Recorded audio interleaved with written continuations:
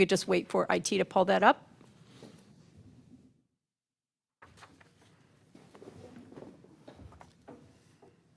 So this is a presentation on HB 581, the statewide floating homestead exemption. And I wanted to start with our current Camden County homestead exemption freeze. That was Senate Bill 496. And back in 2006, the taxpayers of Camden County passed this bill. And it's an exemption that is equal to the difference between the tax assessor's fair market value on your home and the base year. That base year was set, if you owned the property back then, it was set in 2006 as the base year. And the base year means the taxable year immediately preceding the taxable year in which the exemption is first granted to the most recent owner. So the exemption includes only the primary residence and not more than 5 acres of and immediately surrounding the home. And any improvements made to the property after January 1st will be added to the base year value for the following tax year. So that's what we currently have, and it's an exemption freeze. And what this chart shows from, it was enacted in 2006, so it went into effect in tax year 2007. And on the left-hand side of this chart, you could see the taxpayer savings values.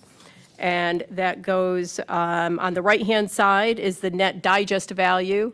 The bars at the bottom in blue are the amount that the taxpayer saved in each of those tax years.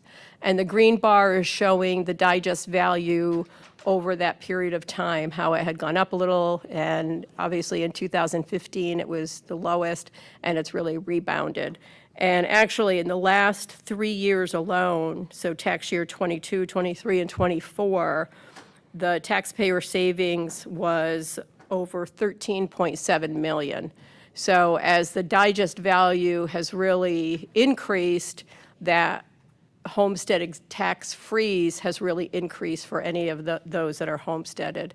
And also I just want to note that the homestead exemption, it is something that an individual would have to file for or request through the tax assessor's office, and it is on your primary home, and it stays until you change or sell your property, transfer the property. So this is an overview of the House Bill 581, and this started in 2024 when the legislature entered into their 2024 session, and they were concerned about the property value assessments rising and how that would affect property tax and the taxpayer. And it went through several steps, and in November of 24, this House Bill 581 passed. And it did go into effect January 1st, so it went into effect about a month ago. And HB 581 is designed to offset or reduce increases in taxable value of homestead property. This floating homestead exemption means property taxes will still go up if the value of the house goes up, but it won't go up as much as it normally would. The taxable value of a home may only increase at a rate of inflation each year based on the consumer price index. But contrast that with our exemption freeze, the homeowner values are frozen on that base year, where HB 581, it would go incrementally up with inflation. So the homeowners who are already granted a homestead will receive this exemption automatically. It doesn't include non-homesteaded properties such as commercial properties. They pay their taxes at the regular fair market value. And then if a county, city, or school board does not want to participate, they must actually opt out between now and March 1st. So this just shows the comparison between our homestead exemption freeze and this House Bill 581 floating homestead exemption. Really everything stays the same. Like we still have the 2000 state exemption, we still have the 2000 local exemption. The value resets when the home is sold and is adjusted for any substantial property change, and it's not automatic. Just as I said, you actually have to apply for that. But the difference, of course, is the homestead freeze is frozen and the floating homestead is tied into the consumer price index.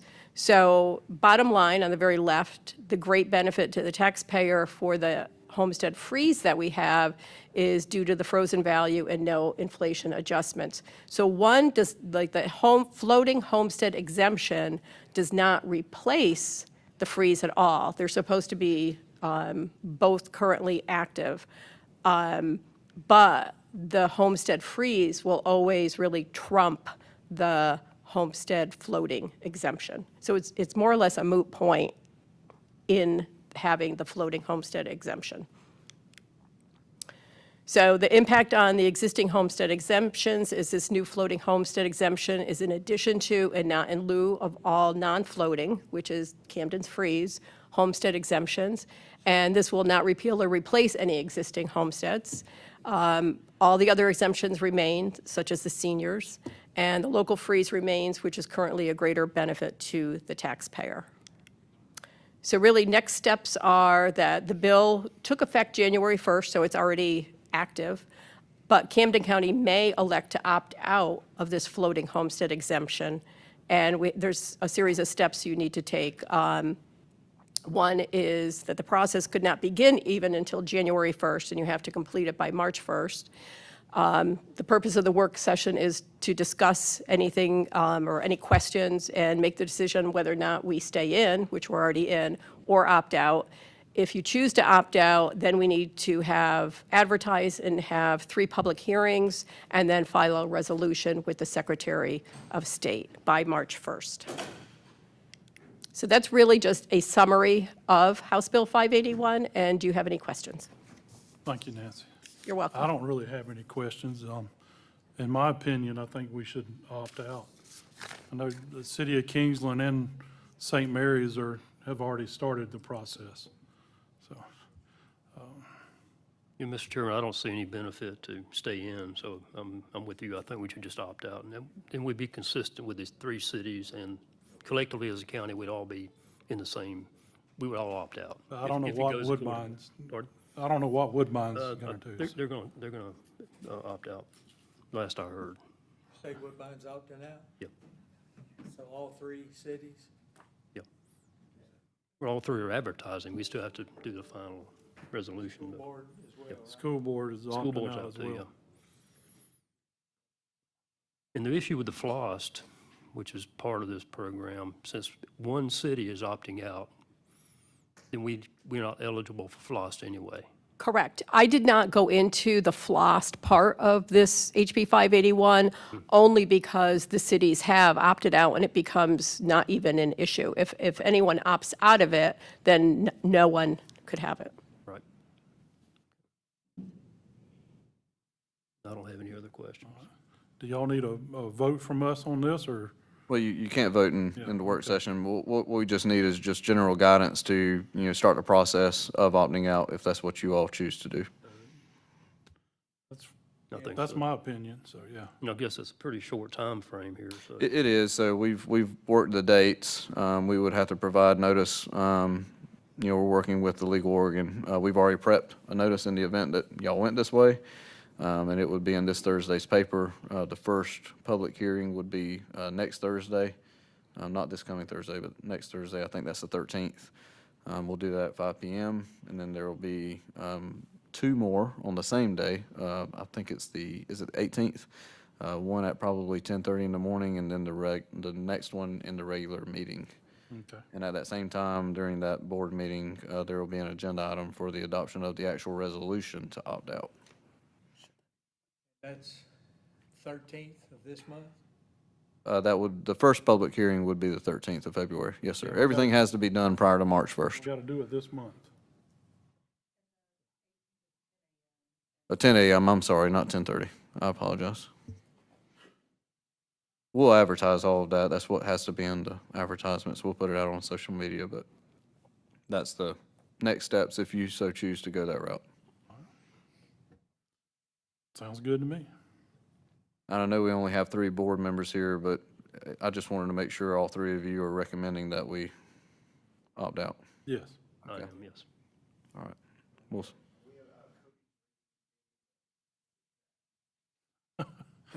Commissioner Smith, can you hear us?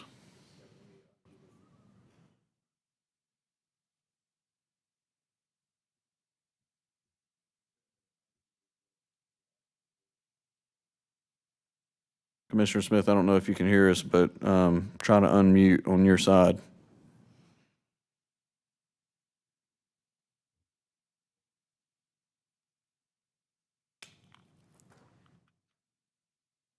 Scott, is he able to message back and forth with you?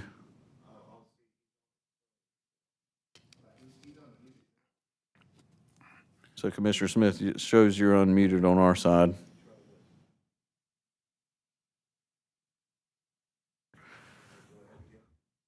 Try it again now. I'm hoping it's not going to be super loud like that one time. Wake everybody up.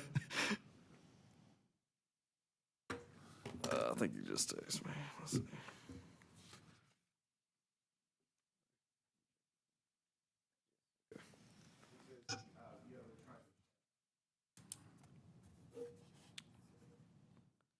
So what Commissioner Smith just texted me, and I don't know if he's having issues, but he says voters voted for this, and they did. I will say, and I don't know how deep y'all got into this conversation, Nancy, that our homestead exemption freeze is actually better than the state's, and that, you know, whether you were to opt in, opt out, no matter what, our homestead freeze is actually going to be the one that is used because it has more of a benefit to the taxpayer. Did you cover that? We discussed Okay, that, all right. yes. Yeah, the taxpayers have benefited tens of millions of dollars off of our Commissioner Smith, homestead I freeze. see where you text me, thank you. I'm just hoping that that answered your question potentially. He's texting me. Yes, sir, it did, okay. I know he's not able to, I guess he's not able to communicate with you, Scott, so I don't know if he's able to come across, but. Do we, Commissioner Smith, do you know what your ETA is if we need to take a recess, just to make sure that you're able to participate? He's texting me, hold on. Sorry, everybody, there's a lot of moving parts to all of this.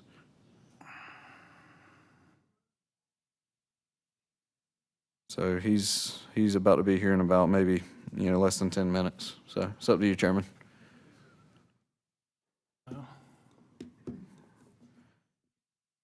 We've got three. It sounds like I was able to answer his question, and I just don't want to ask him for, Commissioner Smith, if you want to make your recommendation to me, he says he's good with opting out, so. Okay. Okay, all right. I appreciate that, thank you. All right, I think we're done then, unless somebody else has got a comment. No?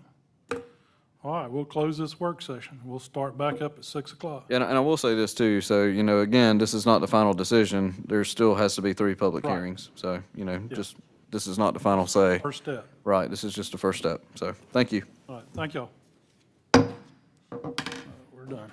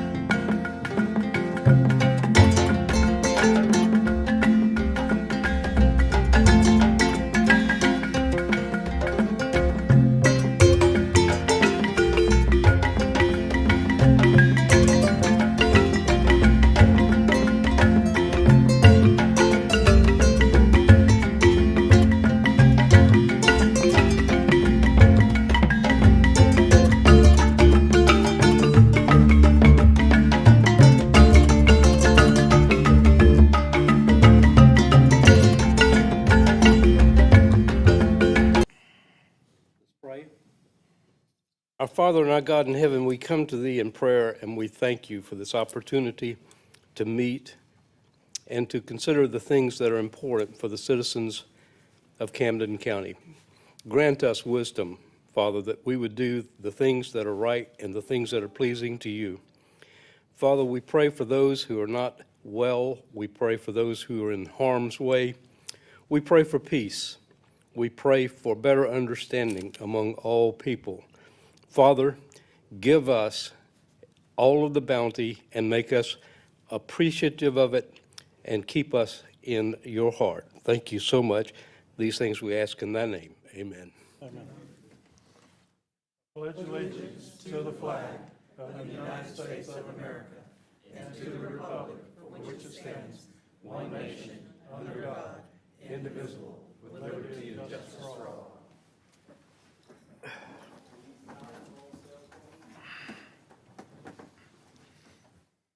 All right, roll call, Katie.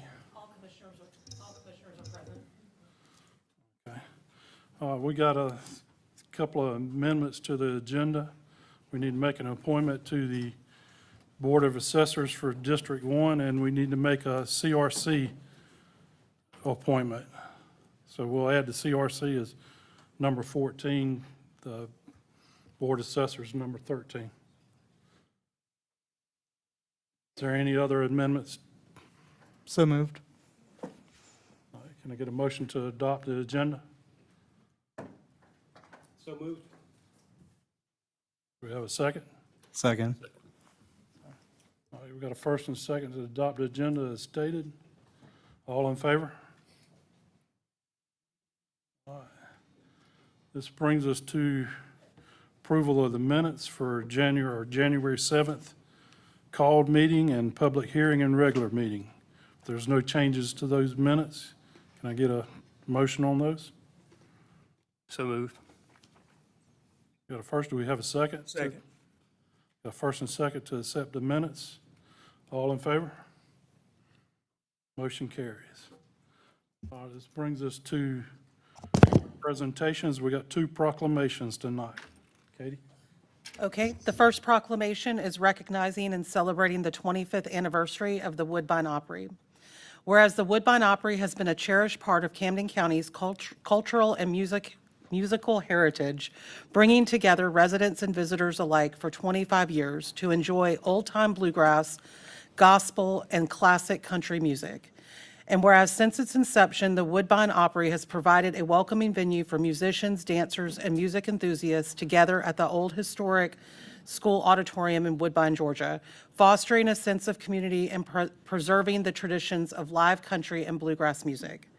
And whereas the dedicated volunteers, musicians, and patrons of the Woodbine Opry have contributed to its longevity and success, ensuring the spirit of live music and fellowship continues to thrive in Camden County.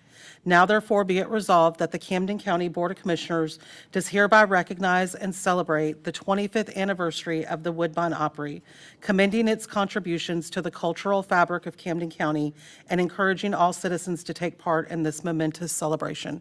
And I'm not sure if anybody's here from the Woodbine Opry tonight, but if not, we will have Commissioner Turner is going to present this to them at an event that they are having at a later date. Thank you, Katie. And we have one more. One more. The next is a proclamation honoring the life and legacy of Anne Elizabeth Harris Stoddard. Whereas the Camden County Board of Commissioners recognizes and honors the life and legacy of Anne Elizabeth Harris Stoddard, a distinguished educator, scholar, and devoted community servant who passed away peacefully on January 11th, 2025, at the age of 96. Whereas she leaves behind a loving family that includes a niece that was just recently at an event for the thigh call ceremony, and that is where this was presented as well. So we don't have anyone here tonight, but this has already been presented to the family. All right, thank you, Katie. All right, this brings us to our first public comment section. We'll limit it to 3 minutes and agenda items only. Anybody registered? Yes, sir. Mr. Ricky Manning.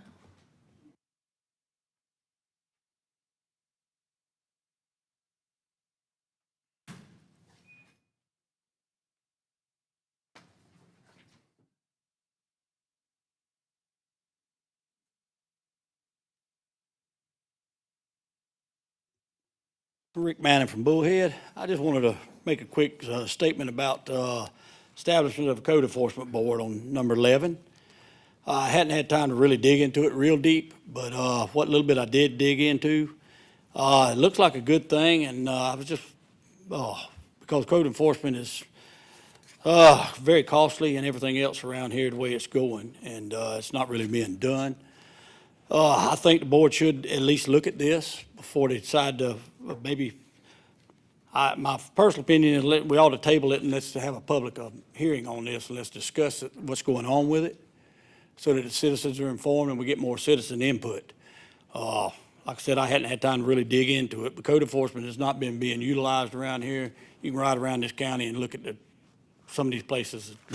It's ridiculous. So I know some people have financial problems and can't afford to do stuff, and we need to look at each case different, but we need to start looking at our infrastructures and code enforcements around here. It has a lot to do with how anybody comes and looks at our county. If you ride around and it looks like a junkyard, the roads are all tore up or whatever, which doesn't have nothing to do with code enforcement, but it reflects on our county. So we need to look and look at this stuff so we can, that's the way you're gonna grow and get development and stuff. People are gonna look at that. And along with code enforcement, I also have a good opinion about that, and that code enforcement should go back to the sheriff's office where it's not biased or political. That needs to be up under our new sheriff's venue. He may not like it, but that's where it needs to be, along with animal control. Thank you. Thank you, Rick. Anybody else, Katie? No, sir. Anybody else wish to speak before the board?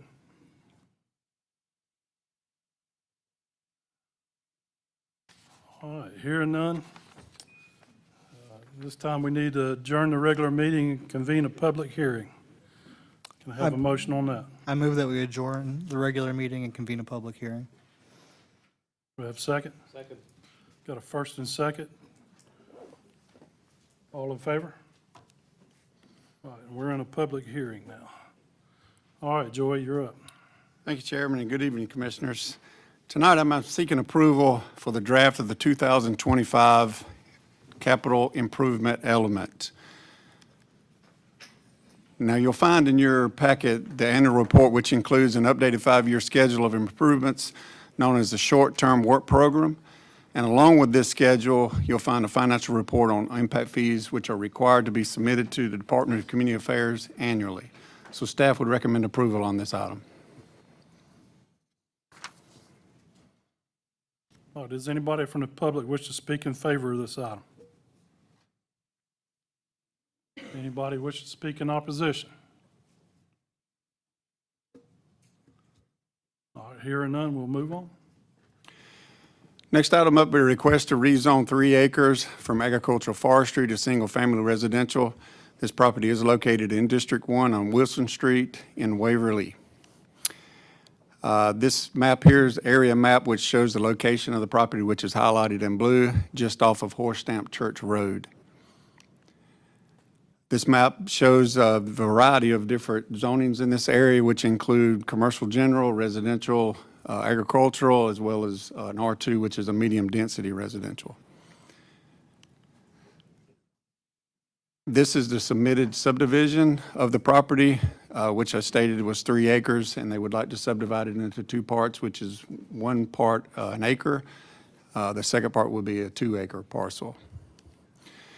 As stated, the applicant has submitted a plat to subdivide the property into 2 parcels, which would allow them to build homes for family members. So Planning Commission recommends approval of this item.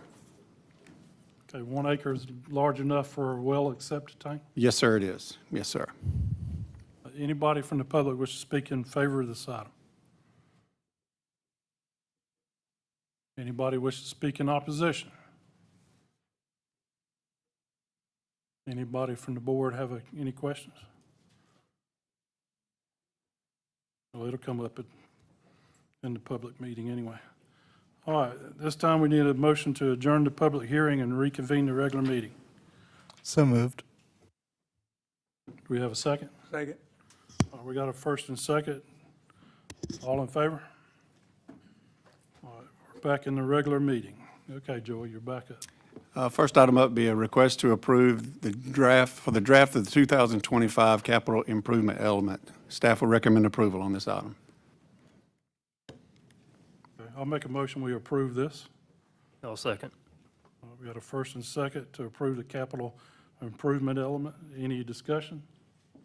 Yes, sir. Are there funds identified?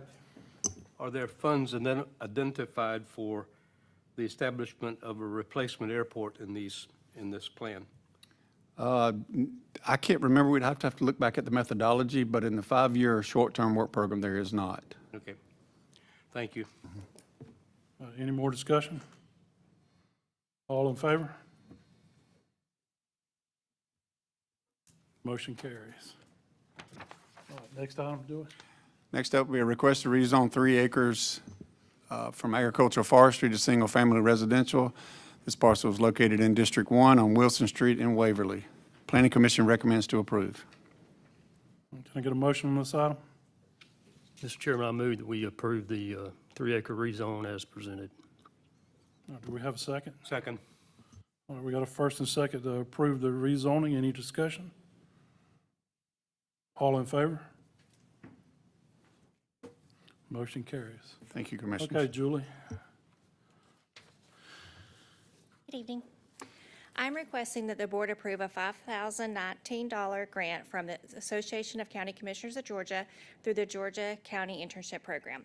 These funds will be used to hire 2 college students to work as interns this summer. One intern will work with the communications director and the other one with the deputy county administrator, focusing on the senior center. The grant matching fund will provide $1,500 for match. At this time, I would like approval to accept the award as presented.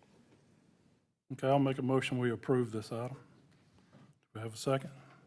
I'll second. Any discussion? All in favor? Thank you. Motion carries. Thank you, Julie.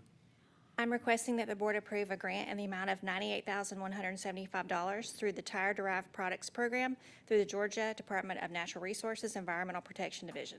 These funds will be used to purchase and install tire-derived products into a pour-in-place rubber surface at the playground at Cornelia Jackson Memorial Park. This project will complement other initiatives made to improve the park. At this time, I would like approval to accept award as presented. I move that we accept the award as presented. Second. Y'all need to wait on me to ask for a motion, please. My apologies, Chairman. All right, Take back my second. well, we got a first and second. We can keep going. Any discussion on this? Just to clarify, this is actually going to replace the mulch with that really safe rubber material, correct? Yes.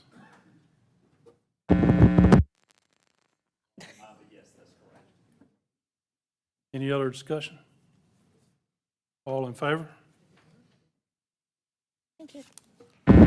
Motion carries. Do you want to do the pictures? All right, we got big checks. Take pictures with you.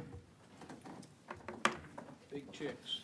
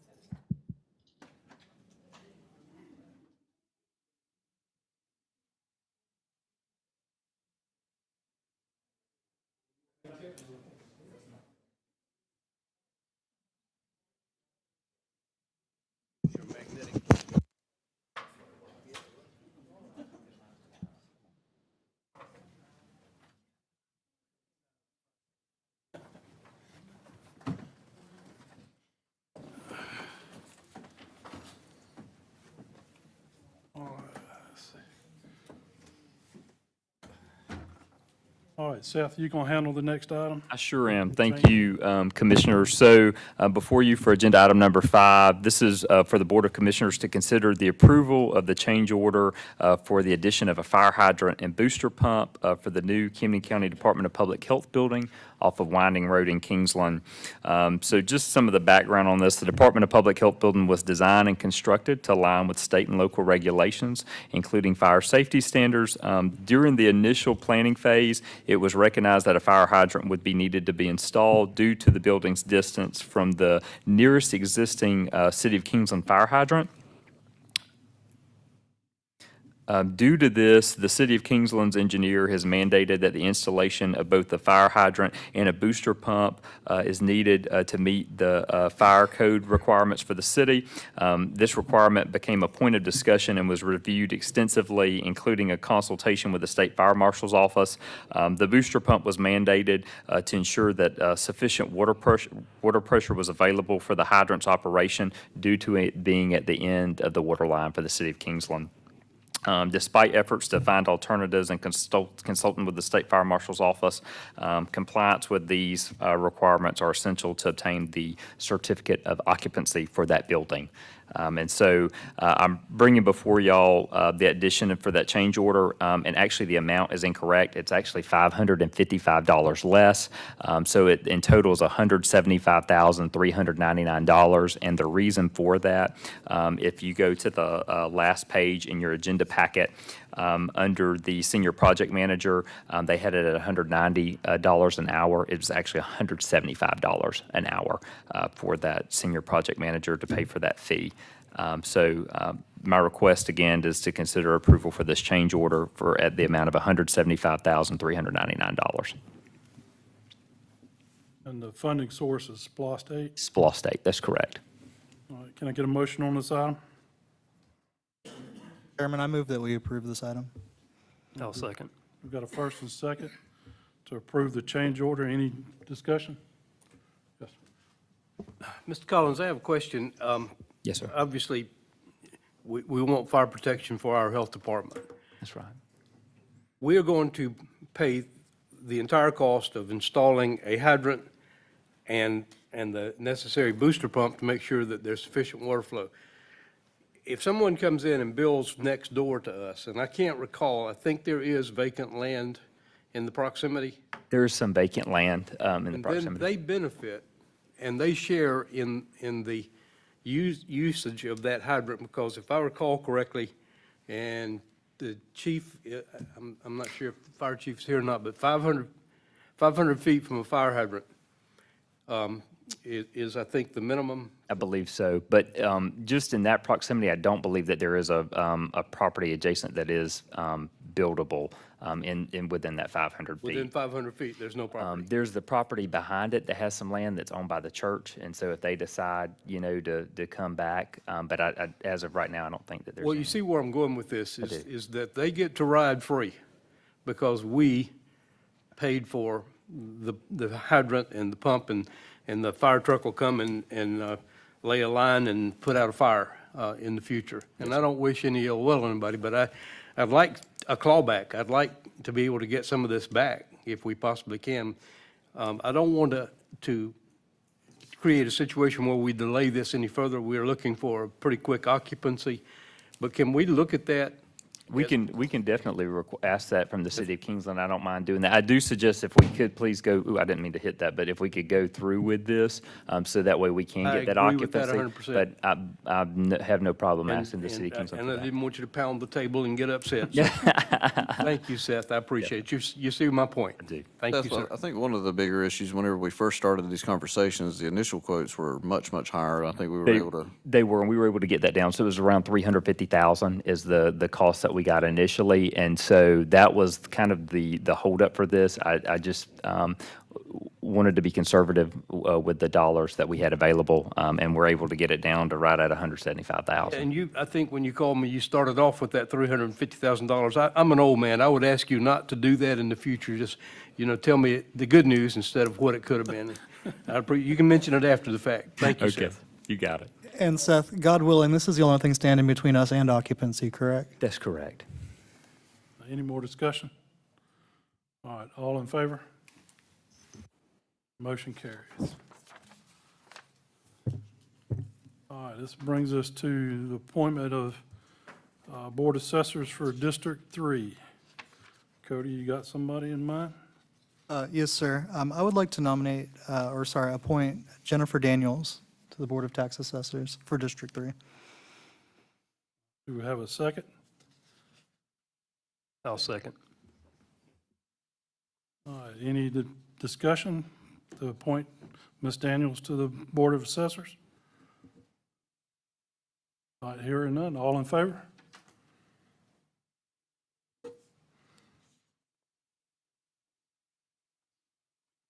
All right. Welcome aboard. All right, your next appointment is for the Planning Commission for District 3.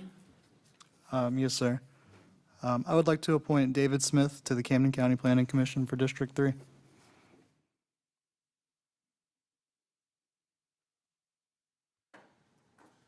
All right, do we have a second on that?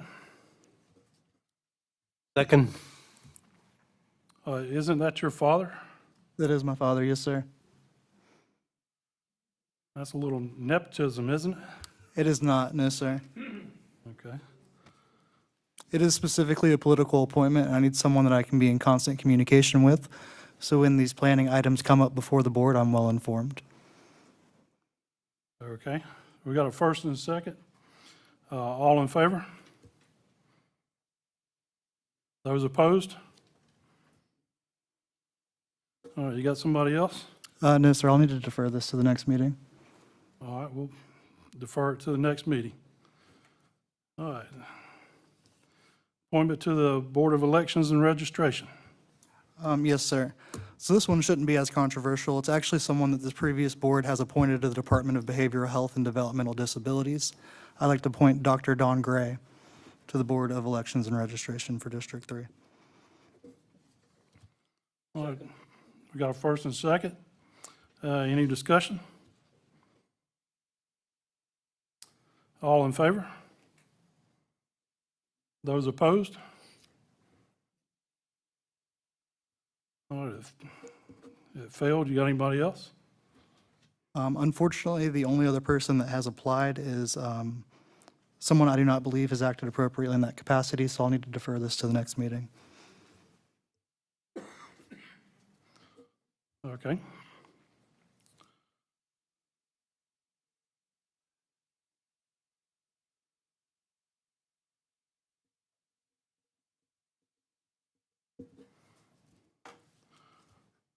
All right. Now, well, all right, we'll move on to the next appointment. Need to make an appointment to Camden County Joint Development Authority. I'll make a motion, we appoint Mr. Easterling for that position. I second that. All right, got a first and a second. Any discussion? All in favor? All right, welcome to the board. All right, now we need to make an appointment to the Camden County Board of Health.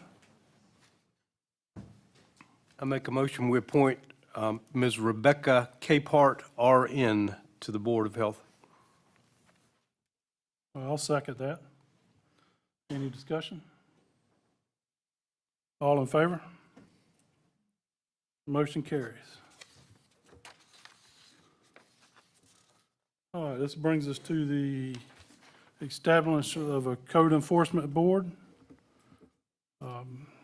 Cody, are you doing this? Yes, sir, I can take the lead on this. Are we able to pull that up or no?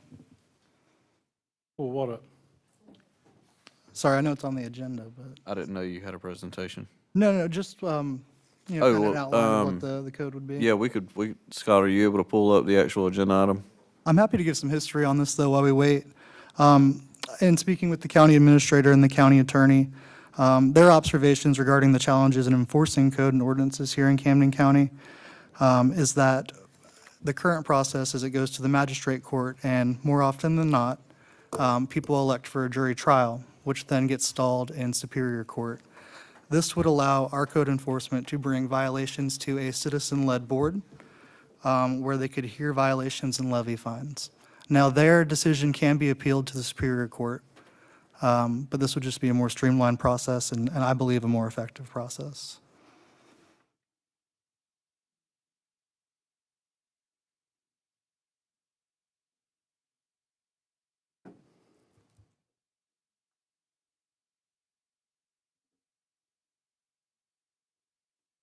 It's also not something that is new to the state of Georgia. I believe this, our legislature has recognized that this is kind of an ongoing issue across the state, and we actually have code section that establishes, authorizes us to establish this. The only counties that I saw that have this are up around Atlanta, and they actually hire a staff to do this, hire a lawyer to try the cases. To me, this is just adding another layer of unelected government, a body that could charge $1,000 a day the way it's written. It's kind of like you're wanting to do a homeowners association for the whole county. Well, actually, only the unincorporated area, because this wouldn't affect the cities. Well, county code it is enforceable within the city limits, so. But it is better than not having a solution, and that's currently where we're at. Well, right now, when somebody goes out and somebody has a complaint, code enforcement goes out there and they deal with them, it ends up in Superior Court, which is where this would end up, because the citizens have a right to appeal Superior Court, so you end up back where you are now. So. We would be appealing a respondent would be appealing the decision of the board, not whether the violation occurred or not. Well, isn't that the same thing? The facts of the case have already been argued on the code enforcement board level. Yeah. And also, there would be no need to hire staff. These board members would be appointments from the commissioners. Legal counsel can serve as legal counsel for the board, and code enforcement can present the case to the board, all outlined in state law. Any other discussion from any other commissioner? Yes, Mr. Casey, your statement that this would automatically go back to the same court of higher authority, but that was predicated on if it's appealed. The way I've read the proposition is that this board would have the ability to levy penalties, and they could be moderated by the board in order to gain some traction with public cooperation. It is absolutely undeniably clear that what we have currently is not working for whatever numbers of reasons, which I wouldn't even try to begin to explain. But there's just a great deal of public discontentment about this, and I think that one of the best ways to handle it is to give it the opportunity to see if a citizens board could not begin to mitigate the complaints and the abuse and the neglect of animals. And there's also a proposition involved with it wherein, as I understand it, the sheriff's department has been willing to step up to the plate with some innovative inmate involvement in this. I think it bears looking at, and I'm going to support this proposition. Thank you. I just do want to point out, so there's two different codes I think that y'all are kind of referring to, kind of intertwined. So you've got animal code, which is one section that generally runs through magistrate court. And then you have code enforcement, which can also run through magistrate, but it sounds like you're proposing this board, but they are two totally different code sections. You know, one is they're both somewhat violations, but one's more reactionary versus a little bit more proactive. So, I think the bigger issue for us is we're one of the largest counties geographically in the state of Georgia, and we only have 2 code enforcement officers who not only respond to animal control issues on top of the animal control officers that we have, but also code violations in general, whether it's nuisance, tall grass, dilapidated properties, whatever, may have. I think one of the bigger issues we have is some of our corridors, mainly Highway 17 corridor. There's a lot of properties that are dilapidated, abandoned, and there is code section where we can actually go and condemn those properties, but then you have to track down every single one of the property owners, and generally there's heirs to that. So we've even seen properties with some heir, they've had up to 50 heirs, and they don't live here. And then you literally spend almost years trying to contact every one of those heirs. And then you have to hold court proceedings to actually condemn the property. And then from there, you would get a court order for the county to actually go in, clean the property up. But then you're expensing, taxpayer dollars to use to clean up a private property, in which generally we would have to lien that property to get that money back. And almost 9.9 times out of 10, you don't see that money ever come back. We've done it a few times already on some properties within the county.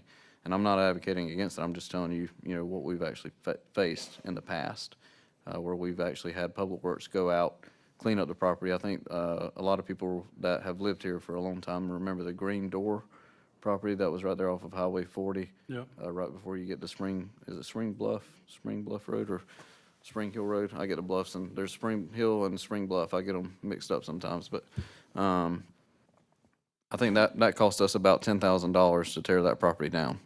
We've never seen any return. You can lien the property all you want, but generally we don't see the money back. So I think one of the bigger challenges we face is working alongside magistrate court, but then also revisiting the ordinances to potentially, refine and add to the current fee structure. Right now we don't have a first, second, third offense fee structure. It's literally just single offense, which is $171 fine that they get. And generally we would, I think we've seen where they've paid, and then we've also seen where they don't. So it just depends on, what kind of case you're dealing with. But And the cost of a jury trial far exceeds $171. absolutely. Yeah, I mean, it far exceeds $1,000. But, I think at the end of the day, what we need to know as staff is how proactive do you all want to be when it comes to true code enforcement? We could be as proactive as you want us to be, but as large as we are, we may not have as many parcels as some of our co-parts as far as the unincorporated areas, unlike what the cities have. Cities are much more densely populated, but we cover a really large area, and 2 code enforcement officers they're unable to do that. And whenever it comes to cleaning up properties, we would almost have to hire another attorney just to deal with the title work going back and forth with all the heirs. And our current county attorney doesn't have the staff, or she doesn't have the time to really do that. You almost have to hire title abstractors to literally chase these people down and get them to, agree or come to some level of agreement. I'm just giving you one example. There's other examples that I can give, but that's one of the biggest things that I think we face, where dilapidated properties that are, they're not being inhabited anymore. They've literally been grown up. I've seen some that are along 17. There's actually a house there, but you can't see it because the trees are grown up through it. Right, and this is just one example of a very, plausible, I'd say, solution to a very real and persistent issue. If this isn't something the board was willing to go forward with, I would like to see us start working on some sort of plan of action, because we can't continue the way that we are. Well, if you remember, during our strategic planning, we talked about updating some of our codes. Animal control was one of them. We can look at, dilapidated buildings as well. I don't think we need to add another board, but yes, we probably do need to update our codes. That would be the way I would go. There was a lot of discussion, and I appreciate it very much, and I don't dispute any of it, about the condemned property and the difficulties with heirs and assigns in that kind of scenario. But my main concern, and what I mainly read from Cody's proposal, was to address the problem of animal control. Can we not separate those two issues? And I believe Glenn County has an example of an animal control board that would be similar in practice. Is that correct, Sean? I'll be honest with you, I have not studied how their animal control, really how they establish that board. If they have a board, I'm not aware of a board, but I'm not saying they don't have one. I'm just not aware. I move that we table this item to the next meeting so we have time to discuss it, maybe amongst ourselves or with some of our counterparts in neighboring counties, and see what they do to help affect Maybe our not in the response. next meeting, but A subsequent meeting. give staff time to do some research. Absolutely. So I'll move to table this item. I'll second that. And just to kind of be clear, I mean, so they're a little too separate. So, I mean, it sounds like you're leaning more to the animal control issue, not necessarily like the nuisance of trash or yards or dilapidated properties. I just want a little bit more clear delineation because they are slightly different. Right. Well, the biggest thing, the big red sign that sticks out to me is that a jury trial costs exponentially more than $171. Right. And if that's the MO for most people, which is their right, our codes are kind of in effect not effective. So our county attorney just pulled up the Glenn County Animal Control Advisory Board was dissolved in 2024 by an ordinance number. It was in 2017, the Glenn County Commission suspended the Animal Control Advisory Board for 6 months while they decided what to do with the board, and then it sounds like in 2024, they finally dissolved it. I didn't know, whenever I was there, I'd never heard of a board, so that kind of makes sense now. But All right, so we got a motion on the table to table this item. So all in favor of table? And that'll be to the first meeting in March? I think Sounds good to me. I just wanted to, I know one of y'all said the next meeting, but then another person said the meeting after, so, Well, I'll give you time to Okay. do your research. so March? March. Okay, thank you. Thank you. All right, we'll move on to item number 12. Sheriff Cheney?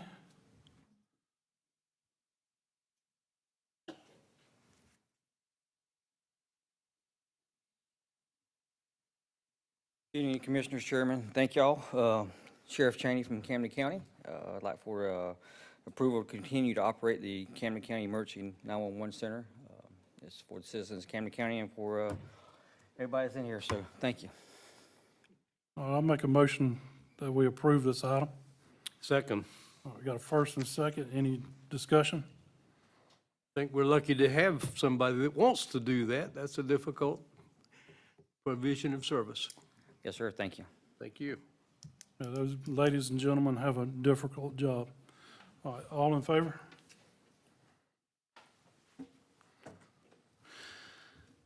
All right, this brings us to item number 13. This is Board of Assessors for District 1. Mr. Chairman, I'd like to nominate Arden Jones for the Board of Assessors seat for District 1. All right, do we have a second? I'll second that. Oh, you're a little slow. All right, all in favor? Motion carries. All right, now we need to make an appointment to the CRC Board. That's the Coastal Resources Commission. Regional, okay, regional, Coastal Regional Commission. All right, I nominate Commissioner Cheek for that position. I second. Any discussion? All in favor? All right. All right, now I need to. What's that? Hold on a second. No, it's not time. That's why I have this sheet to tell me, what's going on. All right. All right, we need reports. Yes, the calendar. The only changes to the calendar will be the addition of a public hearing on February 13th at 5 p.m., as well as on February 18th at 10 a.m. and 6 p.m., and that is for House Bill 581 that was discussed during the work session. That was 10 a.m. and 6 p.m. on February 18th. Yes, and I'll send you all calendar invites for that as well. Okay, county administrator comments? Thank you, Mr. Chairman. The one thing I'd like to just discuss is the community's outpouring and the safety that we experienced, and then also the warming center that we had at the PSA. Just a huge shout out to all of our public safety officials, the people in the community, the church organizations, the folks that really just poured out all of their love to really help out everybody. I don't know that we truly expected to have such power outages as we faced, but I think we reached a high of almost 11,000 people without power. So, fortunately, I think the power companies did a really good job getting the power back on.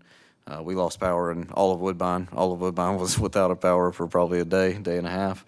We learned some lessons through that, but a lot of our community really came together, and it was you could really witness it at the warming center. There was a lot of people that were in need of a place to, stay warm, and we were very thankful that we were able to set up that for them. I know some communities around us that did not do that, and they got bit by it.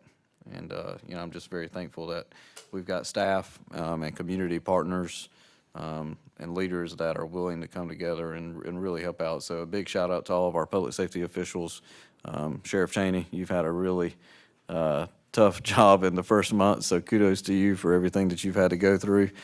He's probably got one of the toughest positions, I think, in the county right now with everything that he's had to deal with in his office.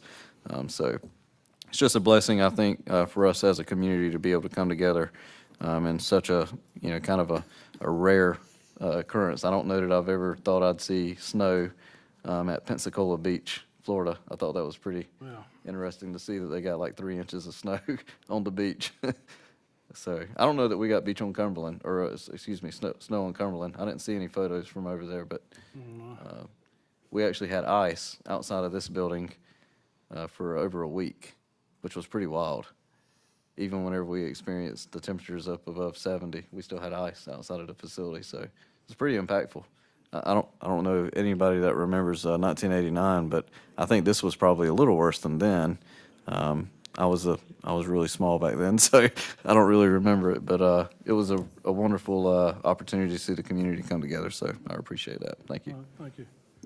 I think we need to back up on one thing. The Board of Elections and Registration, we've got to make that appointment by a certain date, do we not? Yeah, we technically have 30 days from the seating of a new commissioner or a vacancy that occurs. Judge Sweat worked with us to allow us to have the first meeting since we had to cancel due to the winter storm that we had. So we can reach it back out to his office to see if that's something he was willing to entertain to extend. He may choose to, he may not.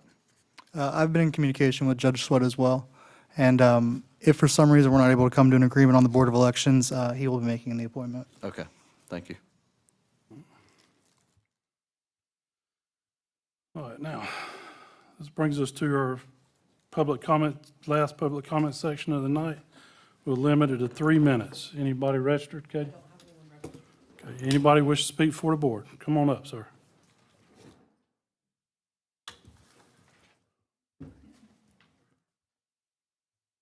Thank you. I found it funny, actually, that you mentioned that you don't have someone for the board for voting, especially since you just turned down someone. You actually turned down 2 of Commissioner Smith's appointees. Now, I understand why you might have turned me down. You mentioned nepotism, and we all know from observing you since you've been here, you don't always do your homework. State of Georgia actually defines nepotism for an appointment as someone who's going to make over $20,000. But Dr. Gray, I think you turned it out because she's challenged you before. That is correct. And I was hoping the voting block would be changed by Mr. Cheek being up there. But it hasn't seemed to be that way. And in fact, I hope you all look at the video. Twice during a vote, before voting, you'll see him look at the commissioner, see how he's going to vote. Just keep that in mind. Thank you. Thank you. Anybody else? Come on up, sir.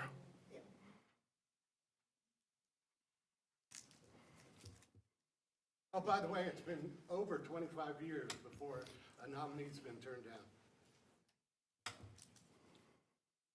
Go ahead, sir. All right, this is my first time here. My name is Blair McClin. I put in for the Board of Assessors to be nominated or appointed, essentially. I just want to let everybody know, I have 20 years of experience with the Board of Assessors. I have had the last 10 years working for the Department of Revenue, so I know the laws inside and out. It costs nothing for the county for me to be appointed, while the new appointed person has to take 80 hours education that comes out of your pocketbook, including hotels, food, and everything like that. And I'm already certified to serve on the board and legally qualified to serve on the board. I was just curious why I didn't get appointed when I'm clearly qualified, probably more than any other member there. That's all I have. Just to let the public know. May I respond to that, Chairman? What's that? May I respond to that? Sure. Make it Mr. Blair, the reason I did not select you as an appointee is I believe it's a conflict of interest that you're the lead appraiser for McIntosh County, and I don't believe you should be serving on our board in Camden County. I perfectly identify with you. It's not in conflict of law. Whether or not you believe, just like you believe your dad can serve. All right, Mary, you ready? Mary Beckman, I live in District 3. I just want to echo Mr. Boatwright's words of commendation, and to especially single out the director of the PSA, who got the roof fixed in time for both of the relief efforts, the Helene relief effort and this one. Thank you, Mayor. Chairman, do you mind if I say something real quick? I will say this, if we ever experience another ice event, be very careful walking up under these roofs that are metal, because our gutters do not catch that ice when it sheets off. So one of the items that we recognized at the PSA, that now that they re-roofed it, it's a beautiful roof, love it. Our roof is a beautiful roof too, but one of the things that we recognized is that when the ice sheets off of it, if you were standing up under that, it'd probably knock you out. Because some of those sheets were like 4 and 5 feet long sliding off. It was pretty wild. It was just it was kind of a cool thing to see, but it wasn't cool because it's kind of a safety hazard, so. Yeah, it is. Yeah. Anybody else wish to speak for the board? Come on up, Ricky.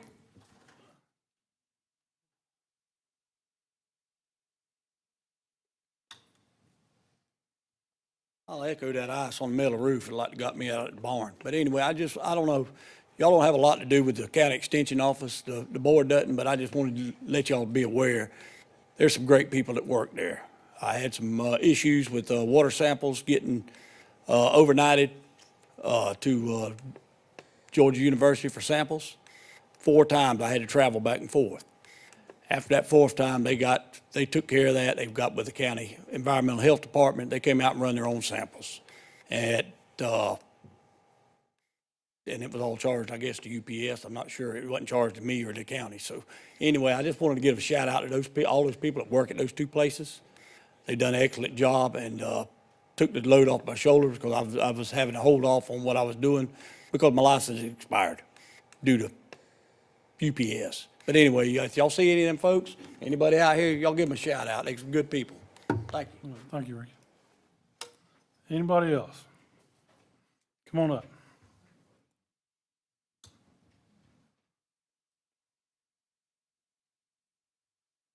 Donna Schwartz.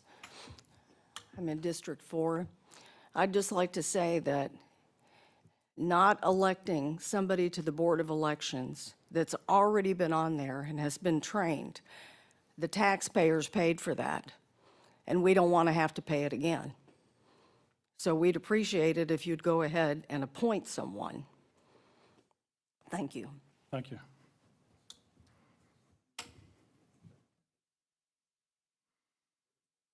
Anybody else?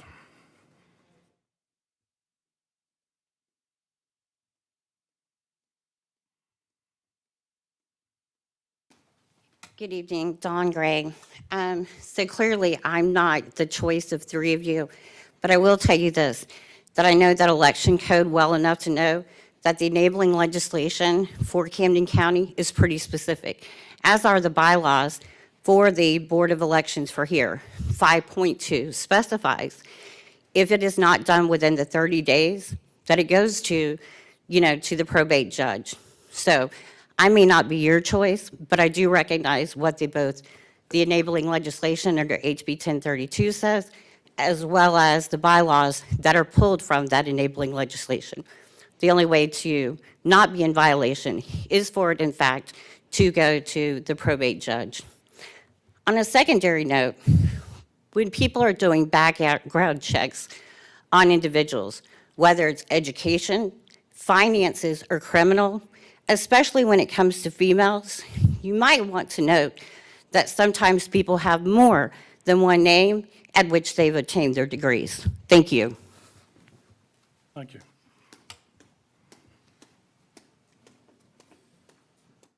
All right, anybody else?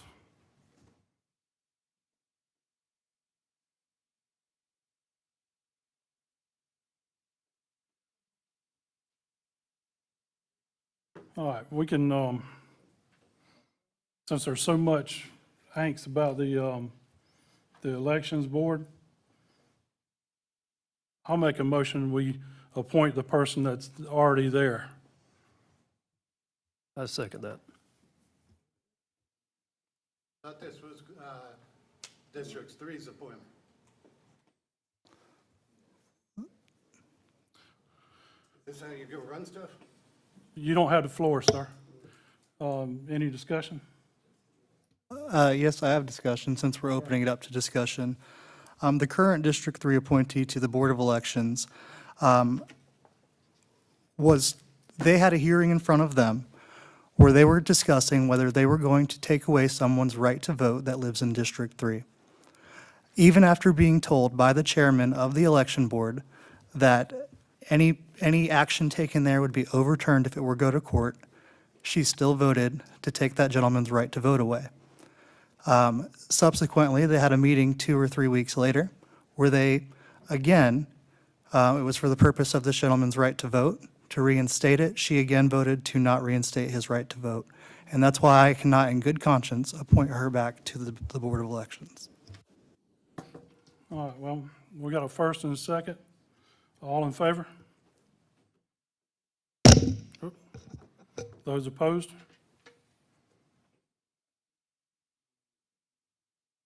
Lobster shit. All right. Ag money up there. This time we need a motion to adjourn the regular meeting and convene an executive session for discussion of real estate. Make a motion, we adjourn to executive session for the purpose of real estate discussion. Second. Second. All right, all in favor? Aye. Those opposed? All right, we'll be back.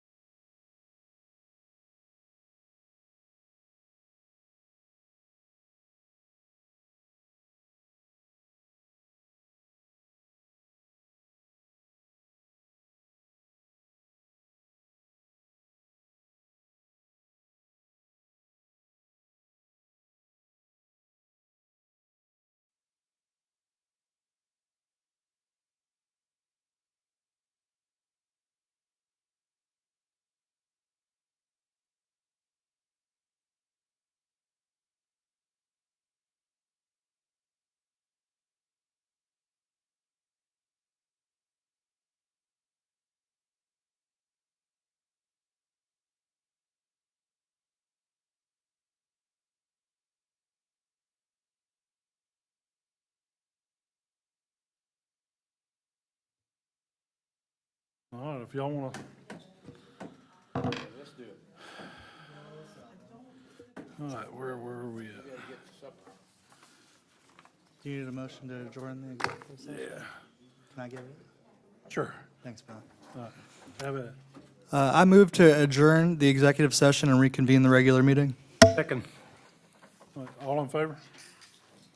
All right, we're back in the regular meeting. There was no action taken from the executive session, so can I get a motion for adjournment? Motion to adjourn. Second. All in favor? Okay. All right, we're done. Thank y'all.